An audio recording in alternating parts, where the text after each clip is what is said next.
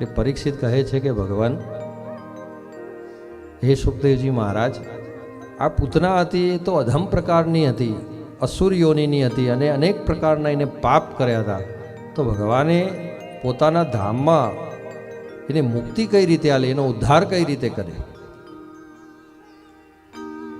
ત્યારે સુખદેવજી મહારાજ કહે છે કે ભગવાન શ્રી કૃષ્ણએ કૃષ્ણ અવતારની અંદર જે અસુરોને માર્યા છે એ બધાનો ભગવાને ઉદ્ધાર જ કર્યો છે. જે કણ અસુરો છે બધાની એક એક કથા છે, બહુ લાંબી લાંબી કથાઓ છે બધાની. અને બધા અસુરો કંઈક ને કંઈક દોષને કારણથી, કોઈ દેવ યોનિમાંથી, કોઈ દાનવ યોનિમાંથી ભગવાનના ભક્તો હતા અને કંઈ ના કંઈ શ્રાપ રૂપે આ પૃથ્વી ઉપર આવ્યા હતા. અને એ પૃથ્વી ઉપર આવ્યા એ અમને ભગવાને એ યોનિમાંથી મુક્ત કરી અને આશ્રય સ્થાન આપ્યું છે. ભગવાને બધાનો ઉદ્ધાર કર્યો છે, પોતાની પાસે બોલાવ્યા છે અને ભગવાનનું ધામ પામ્યા છે. બધા જેનો જેનો વધ કર્યો એ બધા ભગવાનનું ધામ પામ્યા છે. આ પૂતના હતી ને એ પૂર્વજન્મની અંદર બલિરાજાની પુત્રી હતી અને એનું નામ હતું રત્નમાલા.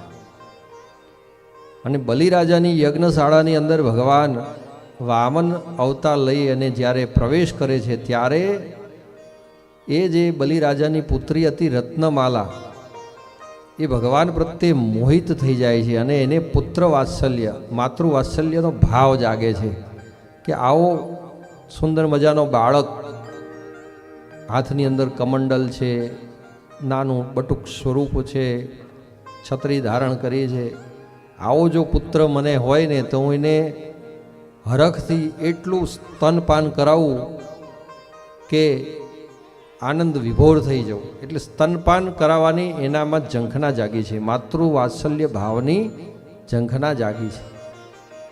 અને ભગવાન તો અંતર્યામી છે એટલે ભગવાને એની મનોકામના સ્વીકારી લીધી. પણ જ્યારે બલિરાજા પાસે 3 ડગલા પૃથ્વીનું દાન માગ્યું, એનો સંકલ્પ કરાવ્યો અને 1 ડગલામાં સંપૂર્ણ પૃથ્વી માપી લીધી, બીજા ડગલાની અંદર સંપૂર્ણ બ્રહ્માંડ માપી લીધું અને ત્રીજો પગ છે બલિરાજાના મસ્તક ઉપર મૂકી અને બલિરાજાને પાતાળ લોક પહોંચાડ્યા. ત્યારે એ જ રત્નમાલાને એવું થયું કે જો આવો પુત્ર મારે હોય ને તો એને સ્તનપાન કરાવી દઉં, સ્તનપાનની અંદર વિષપાન કરાવું અને વિષપાન કરી અને મૃત્યુદંડ આપું. તો ભગવાને એને વિષ પીવડાવવાની ઈચ્છા થઈ તો એ પણ ભગવાને પૂરી કરી. અને એ જ પૂતના જે છે એ બલિરાજાની પુત્રી જે બની, બલિરાજાની પુત્રી હતી એ જ પૂતના બનીને આવી છે અને ભગવાને એનો ઉદ્ધાર કર્યો, કલ્યાણ કર્યો. એટલે એને પોતાનું ધામ તો પ્રદાન કર્યું પણ સાથે સાથે એનો ઉદ્ધાર કરી નાખ્યો. એટલે આવા પરબ્રહ્મ પરમાત્મા છે. અને વાત રહી કસ્તુરીની સુગંધની, તો ભગવાને જેનું સ્તનપાન કર્યું હોય અથવા તો ભગવાનનો જેને સ્પર્શ પણ થયો હોય એ જીવાત્મા અપૃશ્ય કઈ રીતે રહી શકે? એ જીવાત્માના નશ્વર દેહની અંદરથી પણ એવી દુર્ગંધ કઈ રીતે નીકળી શકે? પૂતના જે છે, પૂતનાનું ભગવાને સ્તનપાન કર્યું છે અને ભગવાન તો સ્વયં પોતાના મસ્તકની અંદર કસ્તુરી લગાવવાવાળા છે. કસ્તુરી તિલકમ લલાટ પટલે વક્ષસ્થલે કૌસ્તુભમ નાસાગ્રે વરમોક્તિકમ કરતલે વેણુકરે કંકણમ સર્વાંગે હરિચંદનમ સુલલિતમ કંઠે ચ મુક્તાવલી